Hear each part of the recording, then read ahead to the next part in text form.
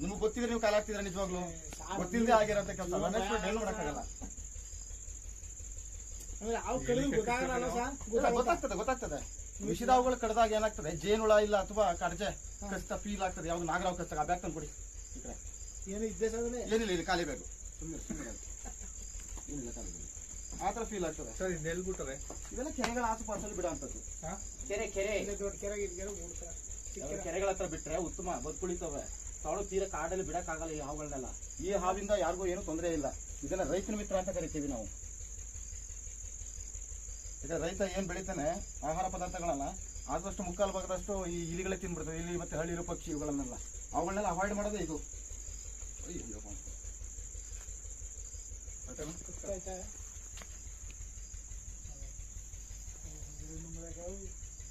ಒಂದೇ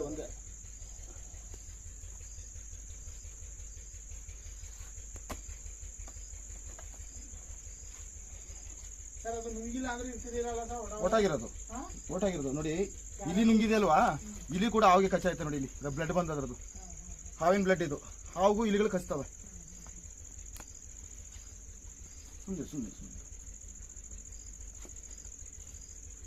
ನೋಡಿ, ಬಾಜಾಗ ಕಚ್ಚಿ ಇಲ್ಲಿ ಕಚ್ಚಾಯ್ತು, ಇಲ್ಲಿ ಕಚ್ಚಿದೆ ನೋಡಿ, ಇಲ್ಲಿ ಕಚ್ಚಾಯ್ತು. ಇಲಿಗಳು ಕಚ್ಚಿರೋದು ಹಾವಿಗೆ. ಹಾವು ಇಲಿ ಕಚ್ಚಿದ್ರೆ ಇಲಿಗಳು ಕೂಡ ಹಾವು ಕಚ್ತವೆ.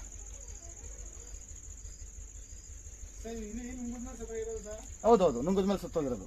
ಈ ಹಾವು ಇಲಿ ಕಚ್ಚಿದ್ರೆ ಸಾಯಲ್ಲ, ಯಾಕಂದ್ರೆ ವಿಷ ರಹಿತ ಹಾವಲ್ವ ಇದು.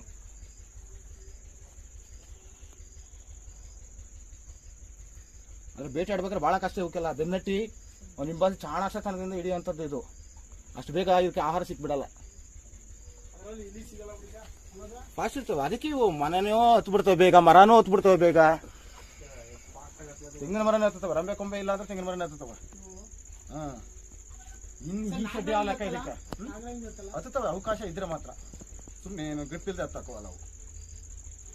ಇದಕ್ಕೇನು ಅಂಥದ್ದು ಗ್ರಿಪ್ ಬೇಕಾಗಿಲ್ಲ. ಸುಮ್ಮನೆ ಒಂದು ಕೋಲಿದ್ರೆ ಸಾಕು, ಇದ್ರ ಮೇಲೆ ಹತ್ತು ಬಿಡ್ತದೆ ಈ ಹಾವು. ಕೆರೆ ಹಾವು ಇದು ಭೂವಾಸಿನೂ ಹೌದು, ಜಲವಾಸಿನೂ ಹೌದು, ವೃಕ್ಷವಾಸಿನೂ ಹೌದು. ಮೂರಲ್ಲೂ ವಾಸ ಮಾಡ್ತದೆ ಇದು ಕೆರೆ ಹಾವು. ನೀರಲ್ಲೂ ಇರ್ತದೆ, ಹೌದು, ನೀರೊಳಗಡೆನೂ ಇರ್ತವೆ. ಮತ್ತೆ ಮರದ ಮೇಲೇನೂ ವಾಸ ಮಾಡ್ತವೆ, ಭೂಮಿ ಒಳಗಡೆನೂ ವಾಸ ಮಾಡ್ತವೆ. ಆದ್ರೆ ನಿರುಪದ್ರವಿ ಹಾವು, ಜನಕ್ಕೆ ಏನು ಅಪಾಯ ಮಾಡಲ್ಲ. ಜನ ನೋಡ್ತಾ ಬಿದ್ದು ಓಡ್ಬಿಡ್ತಾರೆ ಪಾಪ.